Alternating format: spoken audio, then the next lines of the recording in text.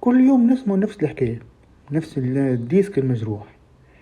يجي اليوم كسول، يجي اليوم يحبش يخدم، يجي اليوم مدلل.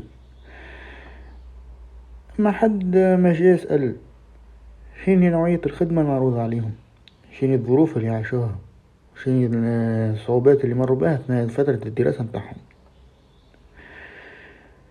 تحكي مع شاب اليوم تلقاه قاري مثقف عنده طموحات، أما قدامه برشا أبواب مسكرة. خدمة، تلقى خدمتك موجودة، امشي اعمل 12 ساعة بنص شهرية من غير ضمانات واسكت تتطور. مجتمع يقولك برا احمد ربي انت خير من غيرك. تحب تبني مشروعك يردوك متهور، تحب تحلم برشا خارج عن السرب.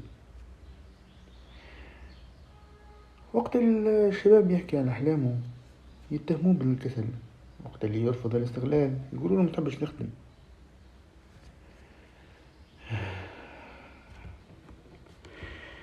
احنا جيل تعبنا من قلة الفرص وكثرة الكلام الفارغ. تعبنا من مجتمع يلوم ما يعطيكش فرصة باش تثبت روحك. مش الجيل هذا اللي ما يحبش يخدم، الجيل هذا تعب من مجتمع ما يحترموش، ما يعطيش حتى أبسط حقوقه. قبل ما تقول جيل كسول اسأل روحك، هل المجتمع هذا احترم شبابه؟ أعطاهم أمل ولا أعطاهم فرصة؟ أعطاهم ثقة ولا هو نفس المجتمع اللي قتل الحلم وزرع الخيبة؟